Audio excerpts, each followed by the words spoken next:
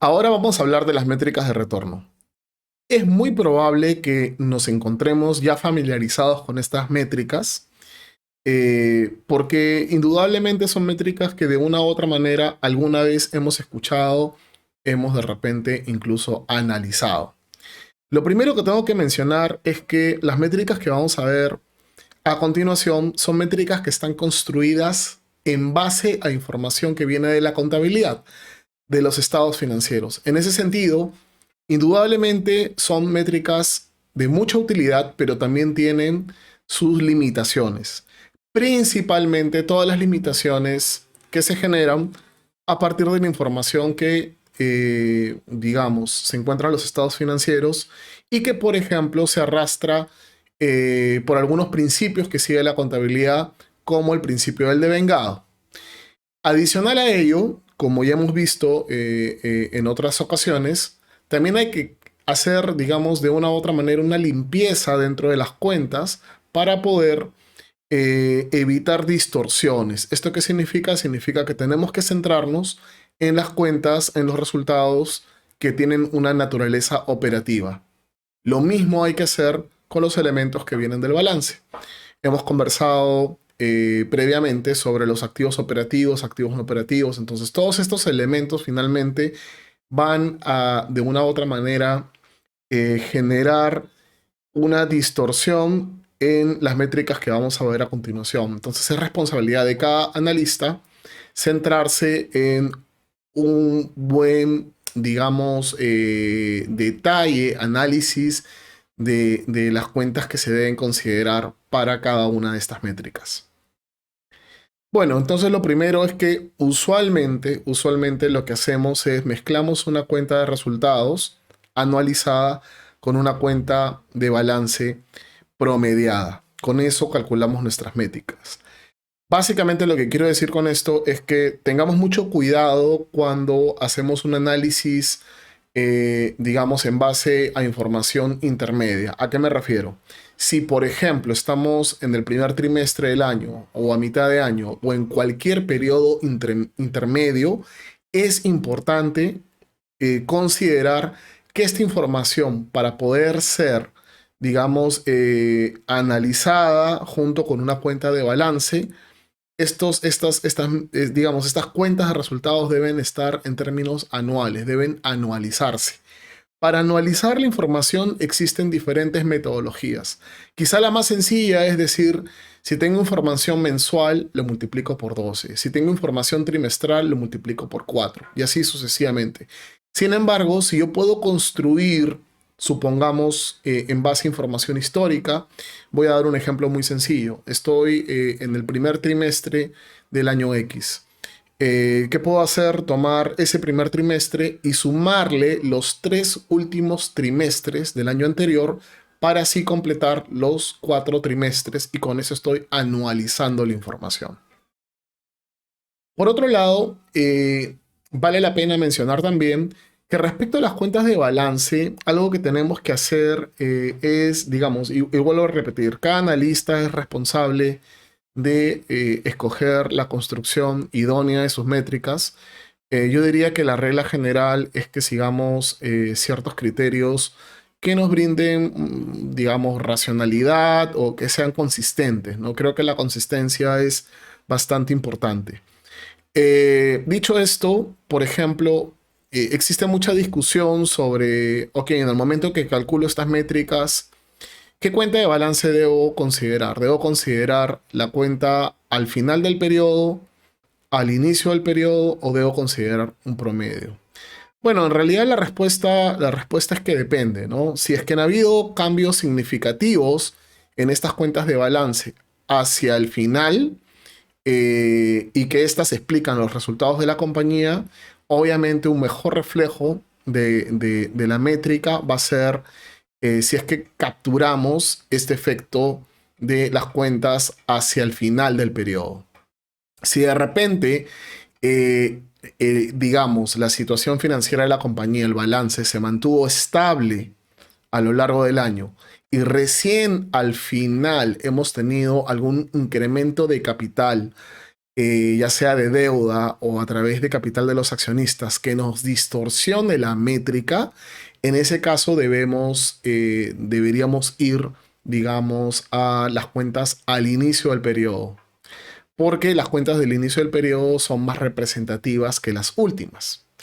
Digamos que una regla general para evitar esta discusión eh, es tomar un promedio, porque al final, digamos, si es que lo vemos desde un punto de vista más práctico, el resultado del año se explica por el stock de inversión que había al inicio y al final. Entonces, de una u otra manera, suavizamos el efecto de cualquier distorsión que se vaya a dar en cualquier, digamos, punto intermedio a lo largo del periodo que estamos analizando.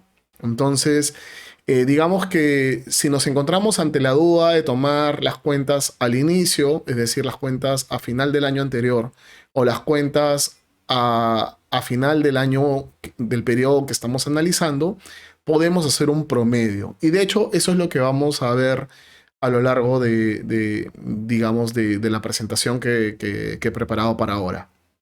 Entonces, vuelvo a repetir, las cuentas de resultados para ser comparadas con las cuentas de balance deben estar anualizadas y es recomendable que las cuentas de balance se promedien para poder, digamos, suavizar cualquier distorsión, ya sea al inicio o al fin o en algún punto intermedio del periodo de análisis.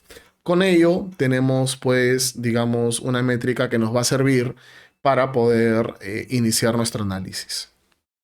Entonces vamos a las métricas, vamos a empezar con las métricas, digamos, más conocidas. La primera es el retorno sobre los activos totales. ¿Qué es lo que hemos hecho en esta métrica? Simplemente hemos tomado el resultado en términos de utilidad neta, nuevamente anualizado, y lo hemos dividido entre los activos totales promediados, ¿no? Digamos, fin del periodo en curso y el fin del periodo anterior, que viene a ser un equivalente a decir que estoy tomando los activos al inicio del periodo en curso. ¿Qué nos dice el retorno sobre los activos totales? Lo que nos dice es básicamente cuánto he generado sobre el total de activos. Ahora, existe digamos, un cuestionamiento sobre la construcción del ROA utilizando la utilidad neta, porque si lo que estamos tratando de medir es el retorno de los activos totales, la pregunta es, ¿cuál es el flujo asociado a esos activos totales? Y en realidad la utilidad neta es un flujo digamos, es un resultado después de haber considerado los gastos financieros, después de haber considerado el gasto financiero. Entonces, más adelante vamos a ver, digamos, una propuesta para poder, digamos, defender la consistencia en la construcción de este indicador. El siguiente indicador es el retorno sobre el patrimonio, o ROE. El retorno sobre el patrimonio, digamos, en su construcción, como podemos ver, al igual que el ROA, parte de la utilidad neta. En ese caso tenemos, digamos, el mismo indicador. Sin embargo, cuando ya hablamos del denominador, en vez de utilizar activos promedio, estamos utilizando el patrimonio promedio. En otras palabras, lo que estamos midiendo es el retorno sobre el capital de los accionistas. En ese sentido, acá sí tenemos consistencia porque el flujo de la utilidad neta es un resultado luego de gasto financiero. Entiéndase desde otro punto de vista. Es un resultado luego de haber pagado los gastos asociados a la deuda, digamos capital de terceros, capital de acreedores. En otras palabras, la utilidad neta vendría a ser un resultado directamente asociado a los inversionistas de la compañía. Por eso que al dividir la utilidad neta entre el patrimonio, estamos diciendo que estamos calculando el retorno de los accionistas. Y eso es lo que mide el ROE. Una manera interesante de ver el ROE es a través de la descomposición de DuPont. Básicamente, ¿qué es lo que hemos hecho? Hemos tomado la utilidad neta y el patrimonio y en el medio hemos puesto ciertas cuentas que nos permiten, digamos, llegar a un análisis desagregado justamente para poder explicar cuáles podrían ser las variables que nos ayuden a explicar el retorno sobre el patrimonio. Y lo único que hemos hecho es, por ejemplo, añadir ventas en un lado y en el otro, y también añadir activos en un lado y en el otro. El resultado de esto es que tenemos tres, digamos, indicadores que descomponen el ROE. Indicador número 1 es utilidad neta entre ventas igual a margen neto. Indicador número 2, ventas entre activos igual a rotación de activos. Y al final tenemos activos entre patrimonio que nos dan finalmente la palanca financiera. ¿Esto qué significa? Significa que en la medida que yo, desde un punto de vista de gestión, pueda mejorar el margen neto de la compañía, voy a poder mejorar el ROE. En otras palabras, si nosotros nos centramos en una mejora del margen neto, la consecuencia de eso va a ser que nuestro ROE va a mejorar. Si lo que observamos es un deterioro del margen neto, lo que va a ocurrir es que el ROE se va a deteriorar. Respecto a la rotación de activos, la relación entre las ventas y los activos básicamente lo que nos dice es la capacidad de eficiencia a nivel operativo. O sea, en otras palabras, ¿cuántas ventas estoy generando respecto al stock de activos que tengo? Si tengo un stock de activos fijo y puedo, digamos, mejorar la venta sin incrementar los activos, lo que estoy haciendo es incrementando el ratio de rotación de activos. En otras palabras, desde un punto de vista de eficiencia, he mejorado esta eficiencia, la he incrementado. ¿Esto qué quiere decir? Quiere decir que en la medida de que yo pueda mejorar este indicador, en la medida de que pueda incrementar la rotación de activos, también voy a ver un incremento en el retorno sobre el patrimonio o el retorno de los accionistas. Finalmente lo que tenemos es la palanca financiera. Lo que hace la palanca financiera es simplemente comparar los activos contra el patrimonio. Veámoslo desde otro punto de vista. Si, digamos, tenemos una compañía que no tiene deuda, la palanca financiera en una compañía va a ser de 1. ¿Por qué? Porque los activos y el patrimonio van a ser exactamente iguales. Al no tener deuda, los activos van a ser financiados 100% con patrimonio. Entonces la palanca sería 1. En la medida que nosotros tomamos más deuda, esta palanca o este número se va a ir alejando del 1 y va a ir incrementándose. O sea, supongamos que tenemos patrimonio de 50 y activos de 100. La palanca sería 2. Y en la medida que esta palanca sube, lo que nos va a decir es que vamos a poder maximizar el retorno para los accionistas. Entonces, de aquí es donde se origina también la conclusión, digamos que si tenemos más deuda, podemos incrementar el retorno sobre el patrimonio, es decir, los accionistas van a ganar más.